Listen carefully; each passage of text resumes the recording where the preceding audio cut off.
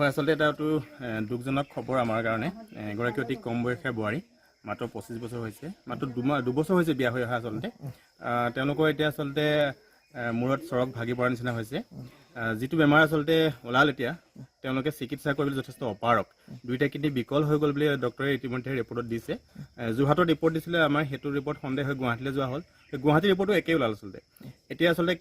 আমাৰ কিডনি সংস্থাপনৰ বাহিৰে বিশেষ গত্যন্তৰ নাই বুলি আমাৰ ডক্টৰে জনাইছে গতিকে কিডনি সংস্থাপনৰ কাৰণেও যথেষ্ট টকা পইচাৰ খৰচ হয় কেইবা লাখ টকাও লাগিব সেই টকা বহন কৰিবৰ কাৰণে আচলতে আমাৰ পৰিয়ালটোৰ অপাৰক হৈছে সেইকাৰণে আমাৰ ৰাইজৰ সহায় সাৰথিৰ প্ৰয়োজন হৈছে আমাৰ যুৱকসকল মিলি ইতিমধ্যে টকা সংগ্ৰহৰ ব্যৱস্থা কৰিছে কিন্তু সেই টকা আচলতে যথেষ্ট নহয় সেইকাৰণে আমি এই নিউজটো যি আপোনালোকৰ চেনেলৰ জৰিয়তে আমি সমবয়সিক ৰাইজক আমি অনুৰোধ জনাইছোঁ যোনে এই নিউজটো দেখিব তেওঁলোকে সেই পৰিয়ালটোৰ কথা চিন্তা কৰি এক কণমানি বোৱাৰীগৰাকীৰ কথা চিন্তা কৰি যোনে যি পাৰে হাতত যি আছে অন্ততঃ কমকৈ আচলতে চিন্তা কৰিব নালাগে যি দিব পাৰে দি তেওঁক সহায় কৰিব লাগে হয় আচলতে মই প্ৰথমতে আমাৰ অসমৰ মুখ্যমন্ত্ৰীগৰাকীক অনুৰোধ জনাম তেওঁ আমি দেখা পাইছোঁ আমি বিভিন্ন সময়ত নিউজৰ জৰিয়তে যে তেওঁ এনেকুৱা সমস্যা দেখিলে তৎক্ষণাত আচলতে সহায়ৰ হাত আগবঢ়ায় কালিও ইতিমধ্যে দেখিছোঁ এগৰাকী তেনেকুৱা কণমানি ছোৱালীক তেওঁ তৎক্ষণাত চিকিৎসাৰ ব্যৱস্থা কৰি দিছে গতিকে মই মাননীয় মুখ্যমন্ত্ৰী মহোদয়ক এইটো অনুৰোধ জনাম যাতে এই কণমানি বোৱাৰীগৰাকীৰ মুখলৈ চাই এই পৰিয়ালটো অন্ততঃ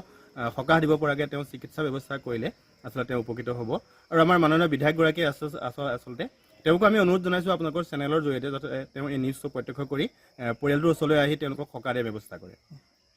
সমস্যা মানে কি এতিয়া আপোনাৰ বৰ্তমান যেতিয়াৰ পৰা আমি কিডনি প্ৰব্লেমটো গম পোৱা গ'ল তেতিয়াৰ পৰা এতিয়া আমাৰ ডেইলি আপোনাৰ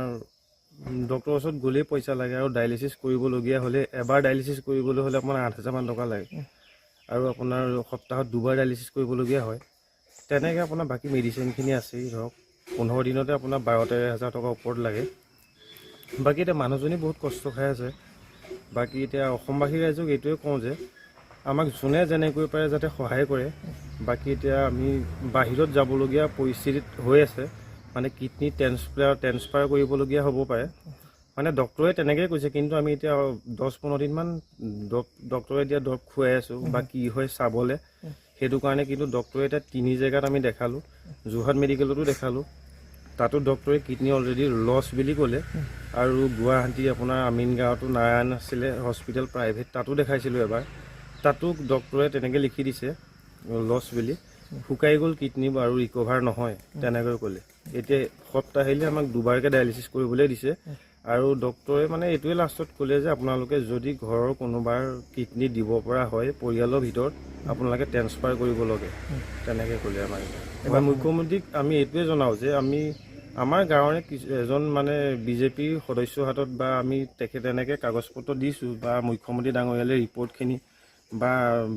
দৰখাস্ত হিচাপে লিখি দিছোঁ চিঠি কিন্তু তেখেতৰ হাতত এতিয়া পাইছেগৈ নাই পোৱা সেইটো আমি গম নাপাওঁ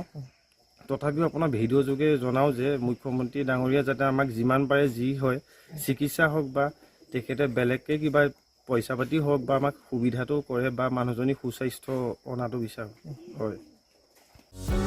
যিকোনো খবৰৰ বাবে যোগাযোগ কৰক আমাৰ এই নম্বৰত 9181 307 221